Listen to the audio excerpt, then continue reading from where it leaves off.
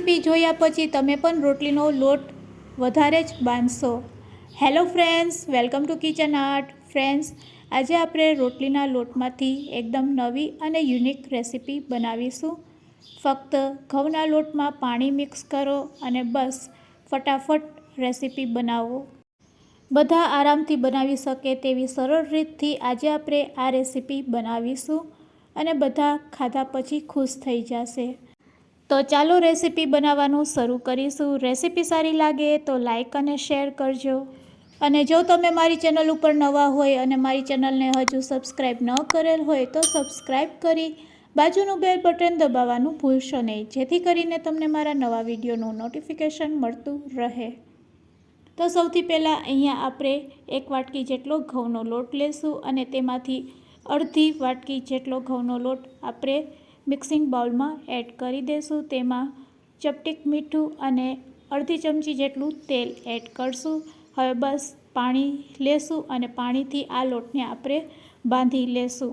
અહીંયા તમે રોટલીનો લોટ બાંધો તે રીતે આ લોટને બાંધવાનો છે।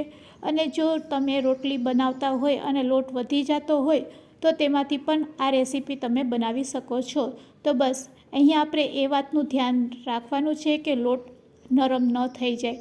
તો આ રીતે આપણે નરમ લોટ બાંધવાનો નથી, આ લોટને આપણે કઠણ બાંધવાનો છે। તો હવે બચેલા લોટને પણ આપણે આ લોટમાં મિક્સ કરી દઈશું, એટલે લોટ એકદમ સરસ બંધાઈને રેડી થઈ જશે। બસ આટલી જ વાતનું તમારે ધ્યાન રાખવાનું છે કે લોટ અહીંયા આપણે કઠણ બાંધવાનો છે, નરમ બાંધવાનો નથી। તો આપણે જો ફ્રીજમાં લોટ રાખેલો હોય અને ફ્રીજનો લોટ નરમ થઈ ગયો હોય તો તમારે આ રીતે તેને કઠણ બાંધી લેવાનો। અને જો હવે આપણો લોટ છે એ સરસ બંધાઈ ગયો છે, એકદમ કઠણ છે, તો લોટ આ રીતે 2 ભાગમાં ડિવાઈડ થઈ જાય તેવી રીતે અહીંયા આપણે લોટ બાંધવાનો છે। બસ આ રીતે લોટ બંધાઈ જાય એટલે તેમાંથી આપણે એક નાનો લુવો લઈ લેશું અને તેને આ રીતે પાટલા ઉપર ચલાવીશું।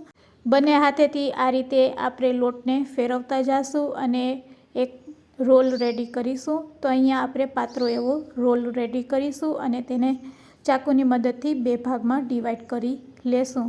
હવે બસ ચાકુની મદદથી આ રીતે તેના નાના નાના ટુકડા કરી લેશું। તો ખૂબ જ સહેલી રીતથી આ રીતે તમે તેને કટ કરી શકો છો અને તમે જોઈ શકો છો કે બસ આ રીતના આપણે તેના પીસીસ કરવાના છે।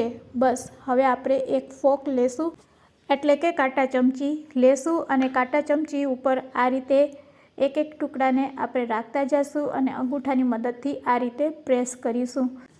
ઉપર નીચે આ રીતે પ્રેસ કર્યા પછી એકદમ પાતળું લેયર થાય એટલે આપણે અંગૂઠાથી આ રીતે તેને ફોલ્ડ વારીશું, એટલે એકદમ સરસ પાસ્તાની ડિઝાઇન રેડી થઈ જશે। તો ફ્રેન્ડ્સ, અહીંયા આપણે બધા લોટમાંથી પાસ્તા બનાવીશું। આ રીત ન ફાવે તો તમે આ રીતે રોટલી જેમ વણીને તેમાં કટ લગાવીને પણ પાસ્તા બનાવી શકો છો। તો આ રીતે એક લીવ્સ બનાવીને પણ તમે પાસ્તા બનાવી શકો છો। બસ એક આગળથી ફોલ્ડ કરવાનું, એક પાછળથી ફોલ્ડ કરવાનું। ફરીથી બતાવું છું, 2 ખૂણાને ઉપરથી 2 ખૂણાને પાછળ આ રીતે બેન્ડ વાળીને પણ તમે પાસ્તા બનાવી શકો છો। અને આ રીત પણ ન ફાવે તો ત્રીજી રીત પણ આપણી પાસે છે, જે ખૂબ જ ઝડપથી બની જશે। બસ તમારે કાતર લેવાની અને કાતરની મદદથી આ રીતે તમે લોટ ઉપર ચલાવશો એટલે આ રીતની એક પેટર્ન છે એ રેડી થાય છે। તો આ રીતે પણ તમે પાસ્તા બનાવી શકો છો। તો અહીંયા આપણે ઘઉંના લોટમાંથી પાસ્તા બનાવી લીધા છે, તેને થોડીક વાર આપણે ડ્રાય થવા દેશું 2 મિનિટ માટે। 2 મિનિટ થઈ ગઈ છે તો આપણે ગેસની ફ્લેમ ચાલુ કરીશું અને આ રીતે પાણીને ઉકળવા દેશું। પાણી ઉકળી જાય પછી જ તેમાં આપણે અડધી ચમચી જેટલું મીઠું એડ કરશું અને અડધી ચમચી જેટલું થોડુંક તેલ પણ એડ કરી દઈશું। તેલ એડ કરવાથી ઘઉંના લોટના જે પાસ્તા બનાવેલા છે એ ચોટશે નહીં એકબીજાને અને ઝડપથી કૂક થઈ જાય છે। તો બસ પાણી સારું એવું બોઇલ થઈ જાય પછી જ પાસ્તા તેમાં એડ કરવાના, એ વાતનું ખાસ ધ્યાન રાખવાનું। હવે બસ અહીંયા આપણે 5 થી 7 મિનિટ રાખશું એટલે પાસ્તા આપણા સરસ કૂક થઈ જશે।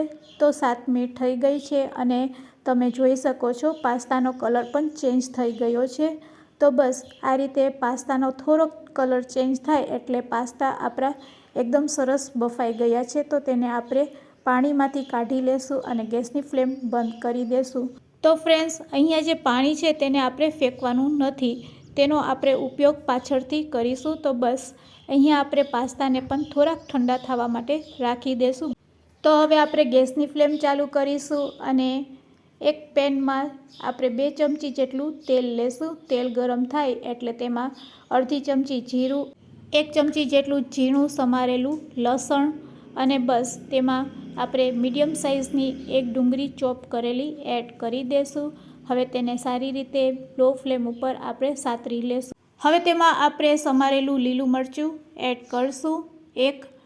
અહીંયા તમે બીજા વેજીટેબલ્સ જેવા કે વટાણા, ગાજર, કેપ્સિકમ તે પણ લઈ શકો છો.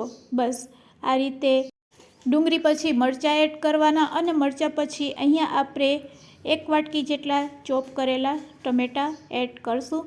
મીડિયમ સાઇઝના 2 ટમેટાં અહીંયા આપણે ઝીણા સમારીને લીધેલા છે, તેને આપણે આ રીતે મિક્સ કરી લેશું. હવે બસ તેલ છૂટવા માંડે એટલે તેમાં આપણે થોડુંક પાણી એડ કરશું. તો અહીંયા આપણે બાફેલા પાસ્તાનું પાણી જ એડ કરશું. બસ આ રીતે થોડુંક પાણી એડ કરી અને પછી આપણે ટમેટાને સોફ્ટ કરી લેશું અને ટમેટાં સોફ્ટ થઈ જાય એટલે આપણે તેમાં મસાલા એડ કરશું. તો ફ્રેન્ડ્સ, હવે તમે જોઈ શકો છો અહીંયા ટમેટાં થોડાક સોફ્ટ થઈ ગયા છે. બસ હવે આ સ્ટેજ ઉપર આપણે અડધી ચમચી લાલ મરચું પાવડર, ચપટીક હળદર અને અડધી ચમચી ધાણા જીરું પાવડર એડ કરશું.